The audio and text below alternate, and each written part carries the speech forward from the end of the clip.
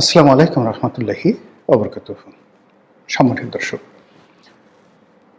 আমি যখন এই ভিডিওটি করছি তখন বাংলাদেশের রাষ্ট্রপতি জনাব শাহাবুদ্দিন চুপ্পু লন্ডনে আছেন।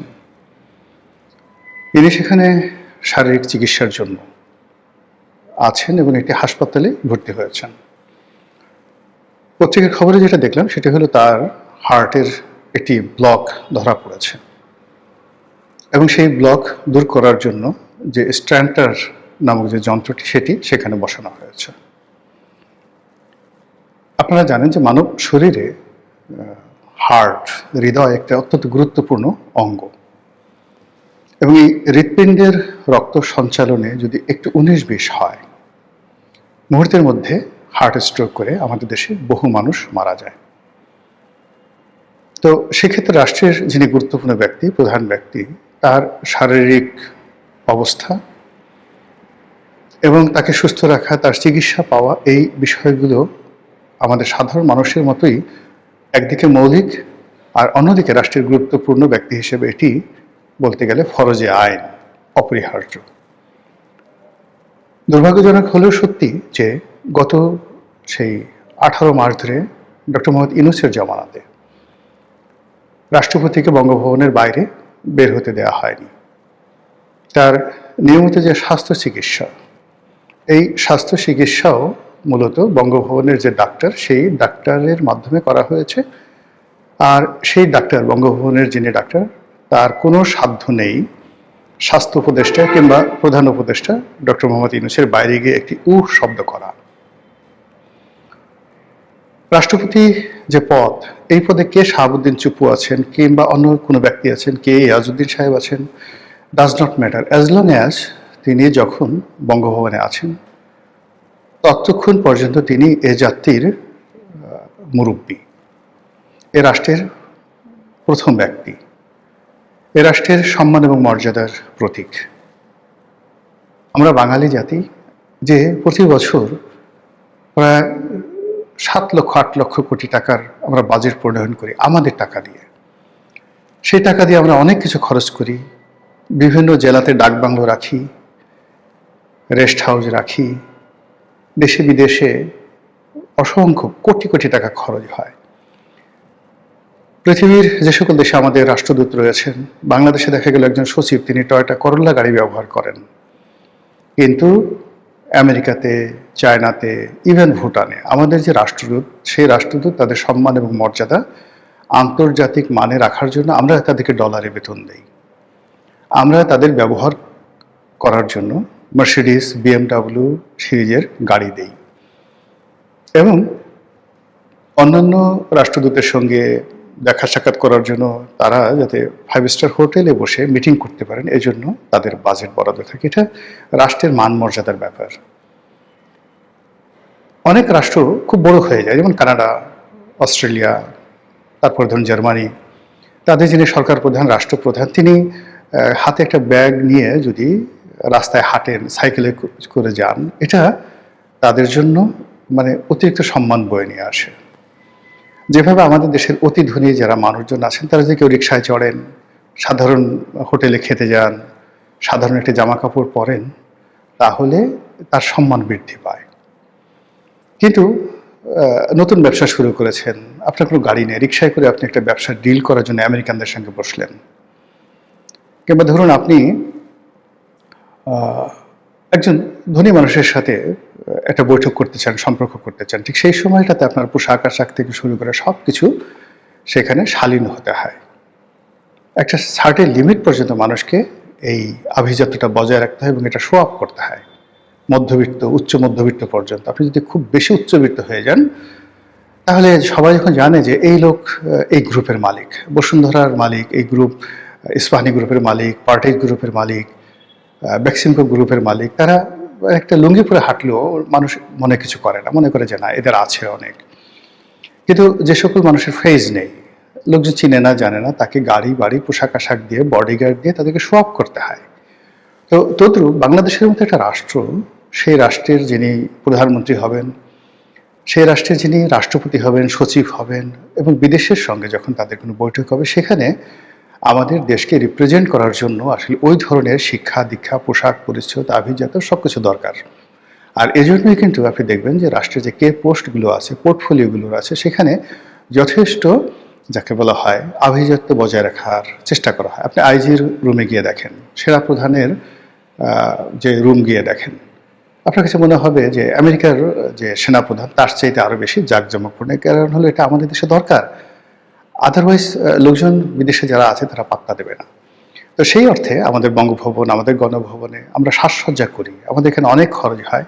আমাদের রাষ্ট্রপ্রধানরা, সরকার প্রধানরা অনেক সময় বিদেশে যান চিকিৎসা করার জন্য, কিংবা চার্টার প্লেনে করে যান। এগুলো নিয়ে অনেক আলোচনা হয়, সমালোচনা হয়। আমরা শুধুমাত্র পশ্চিমা দেশের সঙ্গে তুলনা করি, কিন্তু আমরা এটা চিন্তা করি না যে বিদেশের মাটিতে বাংলাদেশের যে রাষ্ট্রপ্রধান, সরকার প্রধান, সেক্রেটারি, নাগরিক, বাংলাদেশের পাসপোর্ট, সেখানে তারা কিভাবে এগুলোকে মূল্যায়ন করে, এটা আমরা বিচার বিশ্লেষণ করি না।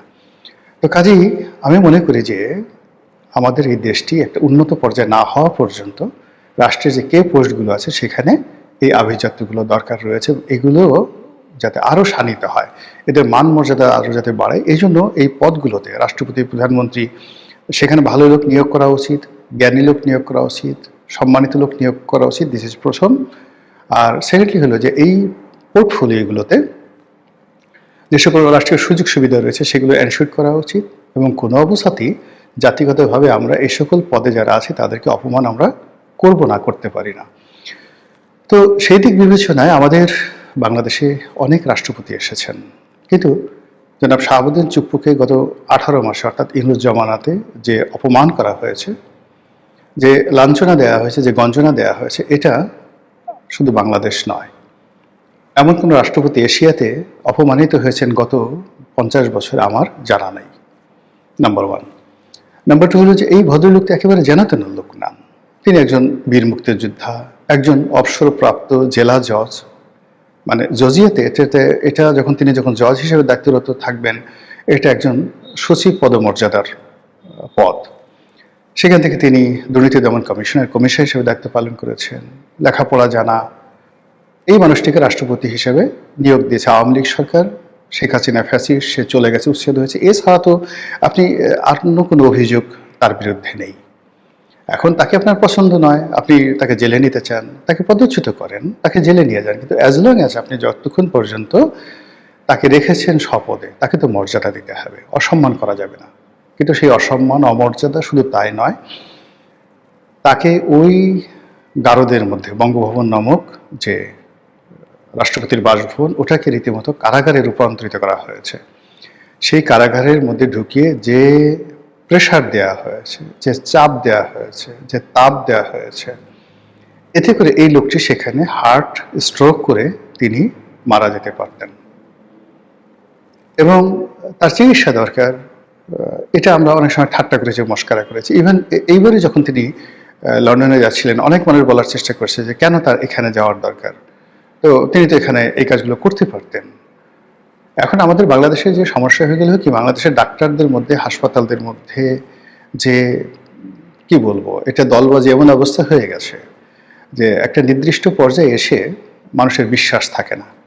যেমন বেগম জিয়ার অসুখ ছিল, এখন তিনি তার পছন্দের, যেমন এভার কেয়ারে তাকে চিকিৎসা দেওয়া হয়েছে, তিনি ঢাকা মেডিকেল সবচেয়ে বেস্ট ফ্যাসিলিটিস, সেখানে তিনি নিতে রাজি ছিলেন না। এভার কেয়ারের চেয়ে ঢাকা মেডিকেলের ফ্যাসিলিটিস অনেক অনেক বেশি, যারা ডাক্তার আছেন তাদের যোগ্যতাও সীমাহীন।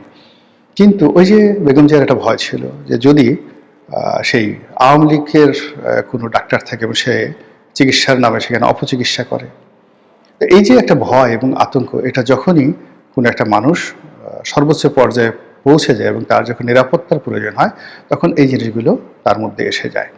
তো এই সমস্ত কারণে কি হলো, আমাদের দেশের বড় বড় মানুষ যারা আছে, যাদের মনে হয় যে তাদের অনেক শত্রু রয়েছে এবং তারা অসুস্থ হয়ে গেলে, হাসপাতালে রটিতে গেলে তার শত্রুরা এই সুযোগ নিতে পারে, এই ভয় সাধারণ মানুষের নেই, আপনার আমার নেই। কিন্তু যারা মন্ত্রী আছেন, এমপি আছেন, বড় বড় এমপি, আবার জানাতেন এমপি না, বড় বড় এমপি, যাদের অনেক শত্রু আছে, বড় বড় ব্যবসায়ী আছে, ইভেন তার অফিসে যেমন দেখা গেল 1000 কোটি টাকার ব্যবসা, তার পার্টনার আছে, তাকে মেরে ফেলতে চায়, তখন সে করে কি, সিঙ্গাপুর চলে যায়, অন্য একটা দেশে চলে যায়, যেখানে তার একটা বিশ্বাস থাকে যে এখানে যে অস্ত্রোপচারের যে অস্ত্র, সেখানে বিষ মাখানোর সাধ্য স্বয়ং রাষ্ট্রপ্রধান বা সরকার প্রধানও নাই, like Singapore, like Bangkok, like USA, like UK, এই সমস্ত দেশে।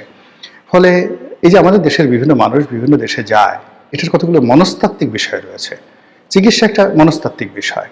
তো সেদিক থেকে রাষ্ট্রপতি যখন ইংল্যান্ডে গেলেন, তখন সবাই ঠাট্টা করেছেন, মস্করা করেছেন যে কি দরকার ছিল একটা আবর্জনাকে টানার, শেখ হাসিনার একটা আবর্জনা, সেটাকে আমরা এখনো মাথায় করে ঘুরছি। কিন্তু যখন সেখানে চিকিৎসা করার পরে দেখা গেল যে ইংল্যান্ডের হাসপাতালে তার হার্টে ব্লক ধরা পড়েছে, এবং সেই হার্টের ব্লক নিয়েই তিনি এতদিন এই দুর্বিষহ জীবনযাপন করছেন বঙ্গভবনের মধ্যে।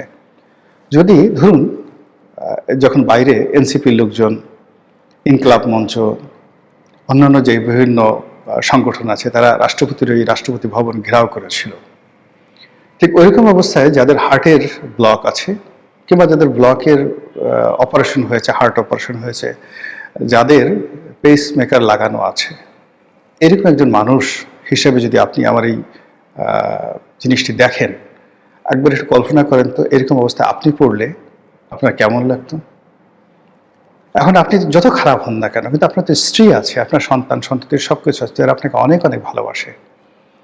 তো কাজেই এই যে ভালোবাসার যে মানুষগুলো আছে, সেই ভালোবাসার মানুষগুলোকে যদি আপনাকে আশ্রয় দিতে হয়, প্রশ্রয় দিতে হয়, সেই ভালোবাসার মানুষজন আপনার অবর্তমান আপনাকে নিয়ে কাঁদবে। পৃথিবীর সবচেয়ে ডাকাত যে মানুষটি, তারও স্ত্রী তার জন্য কাঁদে, তার স্ত্রী তাকে নিয়ে ভালোবাসে। তদ্রূপ রাষ্ট্রপতির যারা সন্তান আছেন, নাতি আছে, পুতি আছে, স্ত্রী আছে, আত্মীয় স্বজন, ভাই বোন আছে, তো তাদের কাছে তো তিনি রাষ্ট্রপতি নন, তিনি একজন চুপ্পু, তিনি একজন মানুষ। সেই মানুষটি সেই বুকের ব্যথা নিয়ে, ব্যামো নিয়ে এই 2 বছর যাবৎ সে কার্যত বন্দী অবস্থায় ছিল নূর সাহেবের জমানাতে। এখন এটাকে তার নিয়তির ফল বলবেন, ডক্টর মোহাম্মদ ইউনূসের নিষ্ঠুরতা বলবেন, অভদ্রতা বলবেন, নাকি আমাদের বাঙালি জাতির যে চিরাচরিত কালচার, সেই চিরাচরিত কালচার অনুযায়ী আমরা সবসময় মানুষকে, যাকে বলা হয়, ছোট করি, মানুষকে কষ্ট দিয়ে আনন্দ পাই, মানুষকে গালাগাল করে আনন্দ পাই, সেই রকম। মহান আল্লাহ আমাদের সবাইকে হেদায়েত দান করুন এবং হেফাজত করুন। আসসালামু আলাইকুম ওয়া রাহমাতুল্লাহি ওয়া বারাকাতুহু।